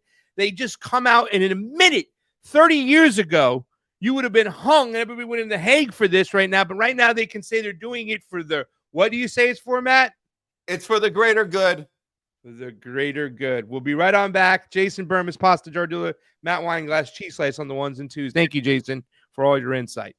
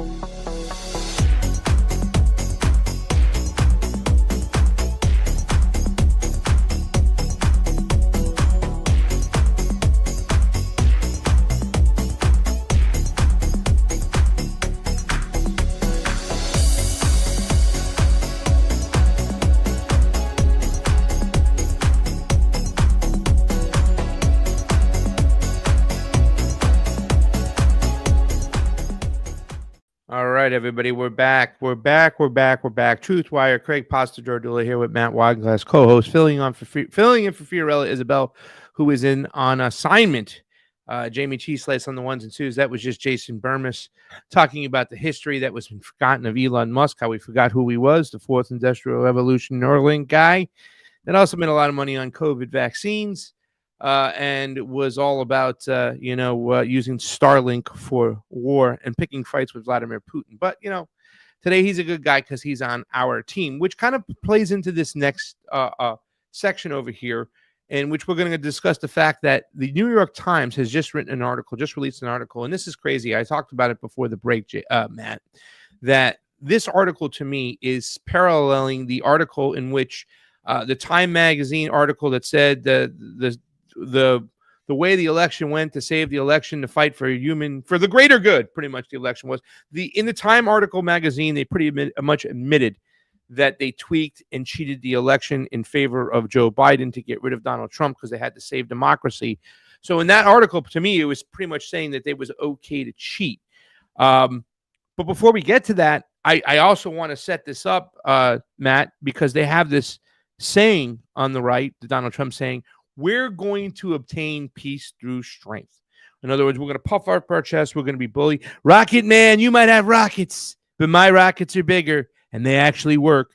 We're going to threaten people. And I would argue the fact that that's no different. That's no deterrent from where we are right now. We've always slapped sanctions on people who didn't want to do business with us the way we wanted to do business. We always threatened war. We have 1,000 bases all over the place. Matt, your initial thoughts when we get to this whole mindset of peace through strength, and then we're going to display Donald Trump acting like a petulant child when he doesn't get his way. Your thoughts? Yeah, no, exactly. I think it's just this conditioning that's happening to the general public as far as what we are, how we're able to go about our foreign policy, how we're able to go about the mainstream media and their ability to the stuff they keep from us, and then the stuff they send to us is always for, like we said before the break, it's the greater good storyline, and then to come out and show everything to us after the fact, it just it's infuriating. But again, this isn't the first, like you said, this isn't the first time they're doing it. They've been doing this, kind of conditioning the American people over the last several decades to think like this. When 40 years ago, 30 years even, it wasn't the case so much. This is very telling. And we need to have these conversations and show this. And then I'd like to get to the Trump's response, or what he's saying as well. But exactly. I want to. This is crazy. The New York Times article. Very, very. Let's start crazy. off with the antiwar.com article. Trump says he's pissed off at Putin. Threatens. Jayme, you got it? Trump says he's pissed off at Putin and he threatens secondary tariffs on Russia. The president said tariffs could be imposed if a peace deal isn't reached for the Ukraine war. I mean, on its face, what does that say? If you don't do what we say, we're gonna try to punish you more. President Trump said on Sunday that he was pissed off at Russian President Vladimir Putin and warned he could hit Russia with secondary tariffs on its oil if a peace deal to the end of the Ukraine war isn't reached. Trump said he was unhappy with Putin questioning Ukrainian President Volodymyr Zelensky's legitimacy on Friday. Putin suggested replacing Zelensky with a transitional administration to prepare for elections in Ukraine. Putin's comments came after Zelensky said that he believes the Russian leader will soon be dead. He will die soon. That is a fact, and everything will be over, Zelensky said in an interview on March 26. I mean, this is just mind-boggling on both sides. When I say both sides, I mean both Ukraine and United States over here. Donald Trump stomping like a little boy. If you don't go along with what we say, we're going to hit you with secondary sanctions. That's why I thought when he was saying, I'll end it in 24 hours, I'm like, no, you won't. Mm-hmm. No, you won't. This is a lot more complicated than you think, right? And for those who agree with that statement, you have not been paying attention. You do not know what's been going on in Ukraine. Not just from 2014, when there was a U.S.-sponsored proxy coup on the Maidan against the democratically elected president. But before that, you can go all the way back to 1991, because the United States foreign policy apparatus, the NATO warmongers, have always known, and you don't have to be a historical genius to understand this, Matt, that during World War II, Ukraine was one of those countries that was split, where the West had a lot of what we call Banderites. And they have statues of this guy, Stefan Bandera, who was a Nazi. They hated the people in the East, who were very supportive of the Russians, spoke Russian. And it was always a country that could be split. And it was always a country that can be used as a proxy. And if you understood that, you understood what was going on for quite some time. When Donald Trump says, I'll end it in 24 hours, number one, he's evading his part he played by giving the Zelensky regime, and it is a regime, javelin weapons. And he even said it. I gave you javelins to shoot those tanks. Obama gave you sheets, Matt. I gave you javelins. Well, that's an escalation of the war.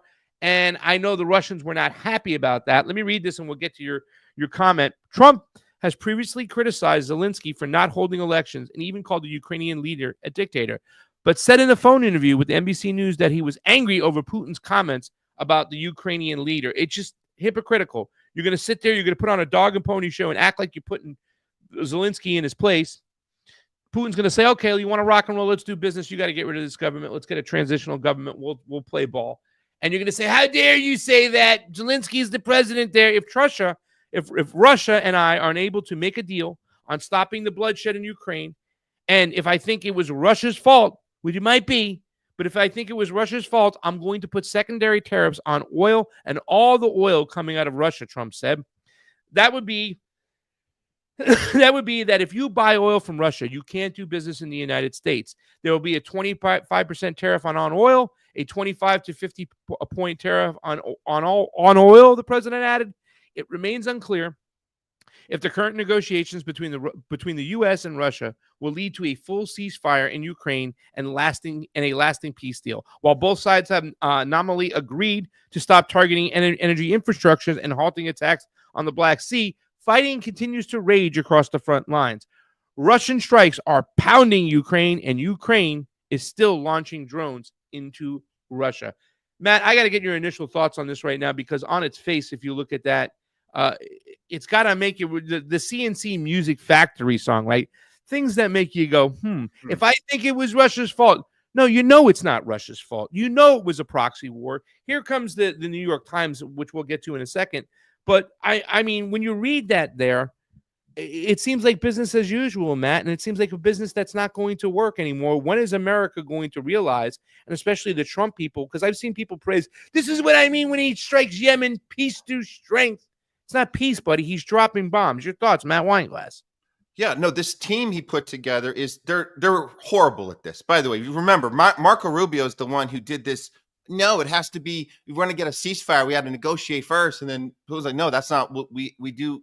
Come on, we do the ceasefire. Then we can negotiate. It was all twisted. It's all backwards. Remember the special envoy he appointed. This guy's a guy he'd gone on the Fox News years before. We pulled up those clips talking about how we have to hit Putin with everything we got. No negotiation. So you put these people in place going in, like you said, Pasa, he's saying on one hand, we're going to end this in 24 hours. No, you won't. And then you bring in people to make our case even stronger. That how are you even if your intention was to do that, you just lined yourself up with these war hawk psychopaths that don't want to negotiate. They don't want to do anything. The Putin keeping his composure through all this, that's the part. We've been mentioning that the whole way, this whole last 3 years, watching how he's behaved, just very, very calm, very cool. Every time that we pull another fast one, we've showed over and over again, we can't be trusted. We can't keep a deal. We can't keep the Minsk agreement. We know, never mind that. Angela Merkel, we were lying about that, saying it out loud. And this goes to the theme of what you're going to show with the New York Times article. It says, we admit out loud that we're liars. We admit out loud that we deceive, that we cheat, that we steal. And we do this to our American people. We certainly do it to other leaders around the world. I don't know how anybody can sit down with us. So it's shocking to me that Putin has had the patience he's had with us. But is this thing coming to an end? At some point, it has to. It's not sustainable. But the way it's going about it these last few months, it's pretty remarkable. Is it better than what Harris would have done? That's another conversation. I can't say. But this is cringe-worthy, to say the least. How we're at right this stalemate that we're kind of at right now. And we keep going backwards. Trump said in that article, we saw what he said, that if I determine it was Russia's fault, then I'm going to slap. What do you mean? You haven't come to the conclusion and see what's going on? And the reason why he's saying that is because Putin says, before we make any deals, we have to understand the actual causality of this war, where it started from. Well, the New York Times released an article the other day, and this is just crazy over here. It's called "The Secret Hidden History of the war in Ukraine," and this is the untold story of America's hidden role in Ukrainian military operations against Russia's invading armies. It was told, but it was censored. Just to be clear, it was told, but it was censored. So we knew. Go ahead with the we understood. Story. We looked at the right sources, but it's crazy. On a spring morning, 2 months after Vladimir Putin's invading armies marched into Ukraine, a convoy of unmarked cars slid up to a Kiev street corner and collected 2 middle-aged men in civilian clothes. Leaving the city, the convoy manned by British commandos, out of uniform but heavily armed, traveled 400 miles west to the Polish border. The crossing was seamless on diplomatic passports. Farther on, they came to Rezovsov-Zhaznikov Airport, where an idling C-130 cargo plane waited. The passengers were top Ukrainian generals. Their destination was Clay Kasern, the headquarters of U.S. Army Europe and Africa in Wiesbaden, Germany. The mission was to help forge what would become one of the most closely guarded secrets of the war in Ukraine. One of the men, Lieutenant General Mikhailo Zaborovsky, remembers being led up a flight of stairs to a walkway overlooking the cavernous main hall on the garrison's Tony Base auditorium. Before the war, it had been a gym used for all hands meetings, Army band performances and Cub Scout pine wood derbies. I mean, oh my God. Now General Zaborovsky's peered down on officers from coalition nations in a warren of makeshift cubicles organizing the first Western shipments of M77 artillery battles and 155 millimeter shells. One thing I want to show real quick is so people just can get the gist of what's going on. Why isn't this letting me do it? Look at the size of these shells. These are the shells. Now, can you imagine for a second? There's been a talks of like, okay, United States is going to get deep in the paint in this war, right? It started, it's going, whatnot. To what point are they going to get into this, and what point are they going to draw it out? Now they're telling you, look, we're sending these shells to you. That has to be a oh my God moment where you're going to go, holy cow, this thing is going to escalate serious. This is pretty much a proxy war between the United States and Russia, and we're being used to do so. I mean, look at the size of those shells, Matt. Yeah. They're showing us the step by step of how we basically push this thing. We antagonize. I think that's the word I was looking for. We're the antagonizers. We're the aggressors. We're showing that this is exactly the destination we wanted to go, and the New York Times is admitting it that right now in 2025. But like you said, like if this was something that was going on in like you said, like 30 years ago, this was something that a news organization like the New York Times would just put out there, there would be hell to pay, right? We would be like, this is totally this. You should be. Those who gave the order would be in trouble. Yes, Those exactly. who gave the order would be in trouble. They're not. There would be a court hearing. There would be public outcry that somebody would be responsible for this. And I think before we started the show, I made a comparison. I thought, when was the last time that the American people were upset about people in power breaking the law and having to be held accountable? That would be, I would think, the Richard Nixon administration. So you have the whole Watergate thing. And I think it's interesting that we keep going back to Gate every time that we have a correlation to that. But there's something about public outcry that no, you can't just do whatever you want because you think it's for the greater good. There's a certain code you have to follow when you hold a position of power, whether it's the president, whether it's the Secretary of Defense, whether it's all these people that conspired to push this proxy war. There would be accountability, or you would have to be done with public office or done with a position in a cabinet for the rest of your life. There'd have to be some sort of person being held responsible. And of course, if the publications knew about it too the whole time and were deliberately withholding the information, they'd be held to pay there too. But that's not the case anymore today. No. Nobody cares. They go, oh, well, it looks like you had to do that and you had to withhold that for a reason, because of what we said earlier, for the greater good. And this is like the braggadocious element of it too, that the New York Times gets like, hey, we're going to tell you the untold story now. And like, why was it untold? They're going to twist it, obviously, too, because like in that when it came to Time Life magazine, it was about saving democracy, how they saved democracy. Yeah. You had to cheat for the greater good, Matt. They had to save democracy. So they're going to do that in the same article, and you'll be able to pick it up. Let me get right back into it, and we'll talk more about this, because this is where it gets interesting. So now the two top generals of the Ukrainian forces are seeing these shells. You're going to get these 155 millimeter shells, which are just huge, right? Then he was ushered into the office of Lieutenant General Christopher T. Donahue. I like to say that like the movie Few Good Men. Lieutenant General Christopher T. Donahue, commander of the 18th Airborne Corps, who proposed a partnership. Hey, let's be friends. It's an evolution in the inner workings visible to only a small circle of American and allied officials. That partnership of intelligence, strategy, planning, and technology would become the secret weapon in what the Biden administration framed as its efforts to both rescue Ukraine and protect the threatened post-World War II order. You see how they justify what they do right there in that sentence right there? This is all about protecting the little guy, right? And what we had since World War II, rule of law, decency. Today, that order, along with Ukraine's defense of its lands, teeters on a knife's edge as President Trump seeks rapprochement with Mr. Putin and vows to bring the war to a close. For the Ukrainians, the auguries, and if I say the auguries, I believe that's the future possibilities, are not encouraging. And the great power contest for security and influence after the Soviet Union's collapse, a newly independent Ukraine became the nation in the middle, its westward lean increasingly feared by Moscow. Now, with negotiations beginning, the American president has basically blamed the Ukrainians for starting the war, pressured them to forfeit much of their mineral wealth, and asked Ukrainians to agree to a ceasefire without a promise of concrete American security guarantees, a peace with no certainty of continued peace.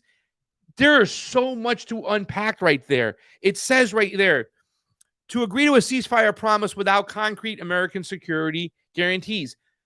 That's telling me, that's signaling to me, Matt, correct me if I'm wrong, that the neocons in Washington, whether they be Democrat or Republican, want to make sure that they can continue to arm the Ukrainians no matter what. They want to continue their Ponzi scheme, their slush fund, right? You know, and at the end of the day, to make you believe that that's necessary, because if they don't, right, and this is Putin, this is bad Trump coming in, just giving Putin whatever he wanted. I mean, I literally saw, I couldn't watch much of it, maybe 5 minutes of the panel in Bill Maher about 2 weeks ago, where Rahm Emanuel was still echoing the Russia scare, the Russia hoax, that no matter what Donald Trump does, he's always going to be subservient to Vladimir Putin. Your thoughts? Oh, yeah, no, that's not going to stop. By the way, just because the New York Times put this out doesn't mean all of a sudden everyone on the left, anyone's been championing this thing with the Ukrainian flags in their little social media profiles, they're not all of a sudden going to be like, oh, yeah, you know, there was a little more to it. No, they're going to continue the Rahm Emanuel stuff. And I missed the Bill Maher thing, but I sounds like it was a little cringe. So I'll take your word for it. But yeah, this is, of course, they're going to double down on this. The point of the New York Times putting this out is just so they can bookmark it, timestamp it, and say they were on the right side at this point. That's all. No one's gonna change their position. I mean, we're having these good conversations. People are listening to our shows. We already knew this stuff. We already knew, and we knew how they were going to spin this when it was time to do it. And it's the same thing with every other topic. It's the same thing with COVID. Every time something new comes out in the New York Times, they're right on the calendar. Craig, I think that they plan this stuff in advance, and they say right about at this point, right about in March, end of March, early April, let's go ahead and release this thing. So they have it already ready to go, and they just look for the right time. There's a certain rhythm to when people can read this stuff, but it's not going to change the overall sentiment wherever you were before that. We saw the same thing with the New York Times just 2 weeks ago, released the story about COVID and said, oh, we're finally ready to say it. We lied to you guys on purpose, but it wasn't our fault. We were told to do it. But no, it was it was made in a lab. It absolutely was made in a lab. We knew about it at the time, but for the greater good, we had to kind of not tell you then. So again, these things, there's a certain calendar date where it's okay to put it out there. It's not going to change anyone's minds. It's certainly not going to change any neocon, neo-libs, shit libs. It's not going to change any of their minds. And Rahm Emanuel is still going to, those type of people are still going to go around making the rounds and continue to push the bullshit that Putin is, that he's the greatest threat to the planet. And he woke up one day in February of 2022 and decided to take over the world. He wanted to expand the Soviet Union. I'm going to read these 2 paragraphs here. Mr. Trump has already begun to wind down elements of the partnership sealed in Wiesbaden that day in the spring of 2022. Yet to trace its history is to better understand how Ukrainians were able to survive across 3 long years of war in the face of a far larger, far more powerful enemy. It is also to see through a secret keyhole how the war came to today's precarious place. I mean, that's just so disgusting to say. Like, during those 3 years, they didn't help them survive. They sacrificed their youth in that country, the young men of that country. Yeah. They were put to the front lines to be slaughtered. We see to this day Ukrainian forces trying to grab young kids off the street and take them to the front line. I did a story when I was working on the Jimmy Dore show about how the Russians had set up a backdoor line, a signal called Volga. And it was kind of interesting because I took a plane from Colorado to Vegas, and the one of the flight attendants recognized me from the show, and he was on the microphone going, Volga. Listen, ladies and gentlemen, we'll be there. We were having fun with it, but it's sad in a way. And the Russians understood what was going on. They had provided a line in which these soldiers can surrender and save their lives and be taken in by using that call sign.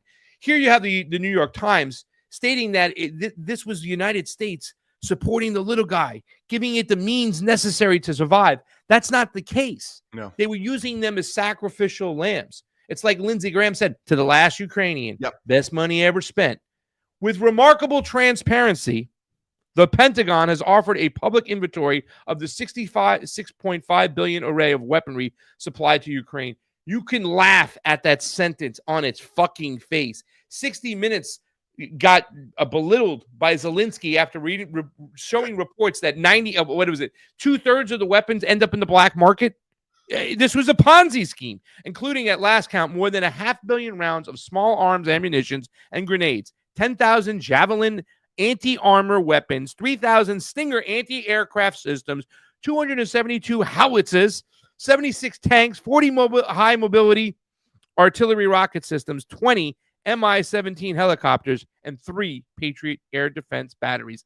They gave them the weapons for war, and that's why they went to war. When I think about the tanks, Matt, when I think about German tanks that were sold, that were forced, and German tanks moving east in Ukraine towards Russia, I get chills down my spine. That's World War II redux.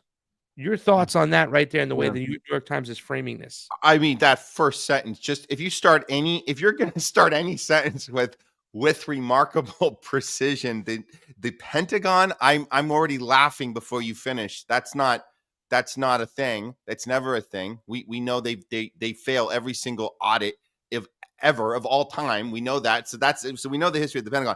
But the point is, like, and you made that human point. I think that's important, that we got to stop and not just talk about the numbers and the military strategy and the upward transfer of wealth and the money's lining the pockets of whatever, all the politicians getting their cut, the Black Rocks, all that stuff. We have to take a time with the human story. And like you said, that we're talking about like 600,000 are gone. They're gone since this happened, since the proxy war began. And like, no, we're talking.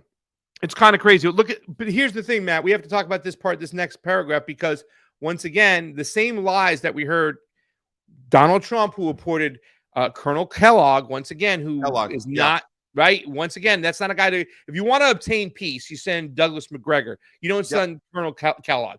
And he won't even go near Douglas McGregor because he's been told, you're not going to take an advocate for peace, a Eisenhower-like figure in McGregor. You have to go with who we said, and he sends Kellogg, who's been an anti-Russian neocon no matter what. He'll change his language here and there, but at the end of the day, it's already set in stone. And he's told these lies on TV that we hear right now, because what the New York Times is repeating, and Dan Crenshaw has done this stuff too as well, repeat these lies on Piers Morgan, acting as if the little guy is killing the big guy. But a New York Times investigation reveals that America was woven into the war far more intimately and broadly than previously understood. At critical moments, the partnership was the backbone of the Ukrainian military operations that, by U.S. counts, have killed or wounded more than 700,000 Russian soldiers. Ukraine has put its casualty toll at 435. Side by side, in Weizmann's Mission Command Center, American and Ukrainian officers planned Kiev's counteroffensives. A vast American intelligence collection effort both guided big-picture battle strategy and funneled precise targeting information down to the Ukrainian soldiers on the field. One European intelligence chief recalled being taken aback to learn how deeply enmeshed his NATO counterparts had become in Ukrainian operations. They are part of the kill chain now, he said. The partnership's guiding idea was that this close cooperation might allow the Ukrainians to accomplish the unlikeliest of feats, to deliver the invading Russians a crushing blow, end in strike after successful strike in the first chapters of the war, enabled by the Ukrainian bravery and dexterity, but also Russian incompetence. The underdog ambition increasingly seemed within reach. I'm going to stop right there because I don't want to go more into the fucking goddamn bullshit over here, because it's so aggravating. First of all, those numbers are lies. They're all lies. When we peel and go into Ukrainian media, when we look at what's going on, when you look at your Telegram channels that we're actually talking about what's going on the front line, it's somewhere along 600,000 Ukrainians, 700,000 Ukrainian soldiers lost to maybe 100 and change of the Russians. By basic math, you're talking about a country, even Kamala Harris can help you. Russia is a big country and Ukraine is a small country. They have no chance. But what they're trying to do is sell you this David and Goliath story, number one, so they can keep their Ponzi scheme going, right? So they can continue to arm. Look, they're undersized. They're undermanaged. Yeah, it was a proxy war. The United States was behind it all along. We really got heavily involved when we forced the Russians in. By the way, we knew the Russians were coming in because they were going to stop the slaughter of the Ukrainians slaughtering the people of the Donbass. Yeah. I think there was 2,000 ceasefires broken because they had a mini ceasefire over there in the Donbass, and they were going in to slaughter them. Some of the Ukrainians in the Donbass, when they saw the Russians come in and say, thank God you got here, because they were just about to come in here and get it. And we have actual evidence, Western information evidence. I think it was the Center for Cooperative and it was some other thing that used to kind of manage and track all the bombing that was taking place. And they said the Ukrainians from the Kiev regime had intensified their attacks against the Donbass 20-fold. They were getting ready to get in there. That's why the Russians moved everybody up to the border. They're like, all right, we got to get this because they're going to go in there. They're going to slaughter these people. But once they got them in there, they were like, all right, now it's time to play ball. Think about how much money was made from the military-industrial complex selling all those weapons too as well. And then seeing who your partners are, really putting them to the test, telling the Japanese. I believe it was the South Koreans who have funneled more weapons into Ukraine, into the Ukrainian Kiev government than any other country via the United States. They get the weapons from the United States. They sell them to the South Koreans. The South Koreans sell them to the Ukrainians, vice versa, yada, yada, yada. That's how it takes place. But the fact that they keep pushing this out and trying to sell you this myth that is David versus Goliath, and the small guy is, because of our help, Matt, is being able to fend off Vladimir Thanos Putin, right? Evil man who wants to expand and take over the world, is insulting on its face. And it just shows you. And also to sell this incompetence of the Russians, which is just something completely fucking made up. And they've been making this shit up for quite some time. Your thoughts? I mean, Craig, I got to remind you, see, we, as New York Times alluding to, since we didn't fully understand, now we understand, we did the best that we could with the information we had at the time. I'm just pulling that garbage from COVID. That's the same thing. It's the same, hey, we didn't know. We did our best. But now it's starting to become more understanding, more clear that we had no chance to take down Goliath. It's starting to become more clear that maybe we were funneling some weapons in there, and we were kind of being a little bit of the aggressors. It's starting to become more clear that the democracy we were trying to save isn't really the thing that we were there for. We were there for energy contracts. It's starting to become more clear that the Nord Stream pipeline might have been blown up by Joe Biden, since he actually told us at the time, but we weren't paying attention, even though Seymour Hersh told us that it happened and we heard him, but we didn't really hear him. So again, Craig, we did the best that we could with the information we had at the time. We're moving at the speed of science, Matt. The speed of science. Ladies and gentlemen, that's it for today. Look, New York Times is pretty much just admitted on its face. They're going to try to twist it any way they can. That's why that story is written a certain way. I mean, like I said, it really parallels and reminds me a lot of the USA Time, the Time magazine, on how the election was saved to save democracy by cheating. Justifiable for the greater good. Matt says it all the time. They do it for the greater good. It's still going on. This piece should be everywhere. This is huge. I think this is one of the biggest pieces of information, because like we said, 30 years ago, the decision makers would have been hung for this, no matter how they tried to twist it, turn it. Matt, your final thoughts on what's going on, and do you think that we are going to strike some deal? I mean, it's kind of funny because as we're talking about this situation, I want to say it's funny, but there's a whole media apparatus that's kind of sitting on the edge waiting to see if they're going to get back into the United States. If you haven't seen it, guys, go out and watch it. Tucker did an interview 2 weeks ago with Rick Sanchez. I was able to fill in on the Rick Sanchez show, one of the greatest moments of my life, to get into that studio in Miami. Over there, Manila Chan was having cancer operations, and they tapped me to go in there. I think Fiorella did one remotely, but I did 3 shows, and I chose to go into the studio and do it. Not only did I sound good, I look good, but to stand next to a guy like Rick Sanchez, and when you talk about the history of RT and what they've meant. He lays it right out there. You know, he got a call from Larry King, who convinced him to go over there. And the convincing point, Matt, was, guess what? They don't censor your work the way the other big guys do. Remember that Rick Sanchez, not only a local guy here in South Florida, born in Cuba, lived over here, right? Worked for CNN, worked for MSNBC, I believe.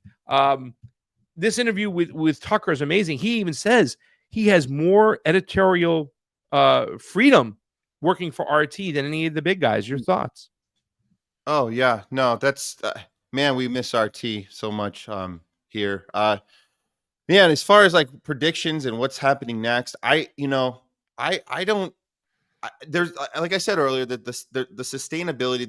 This Ukraine war is not sustainable. There has to be a place where there's a place we get to, and it's during this term. It's going to be during Trump's term, and it might be a moment where he's given the okay, and his whole team is given the okay. These psychopath neocons to do another transfer of wealth. It's very similar to Biden ending the Afghanistan war and taking the money right over to Ukraine. There's going to be the next thing we have to take the money over for. And it's I hope it's not Iran. I really do. But there's going to be a moment where he's given the okay. So all this negotiating, all this, we got a plan. We got a 24-hour plan. We got a 1-week plan. Whatever the plan is, it's not. None of that is real. He's waiting to be given the green light by his handlers and the people really running the state, our state, running the entire planet. There's a pecking order of decisions being made, and he hasn't gotten that green light yet. When it happens, it'll happen. That'll be great. Something little mini victory.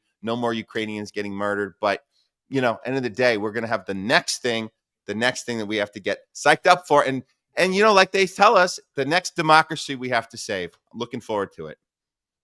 All done in the name of greater good. That's it for today. The Truth Why. I am Craig Pasta Jaradula from Matt Weinglass and Fiorella Isabel, who is on assignment. Thank you to Jayme CheeseSlice on the ones and twos. We're out of here today. We'll see you soon. Truth out.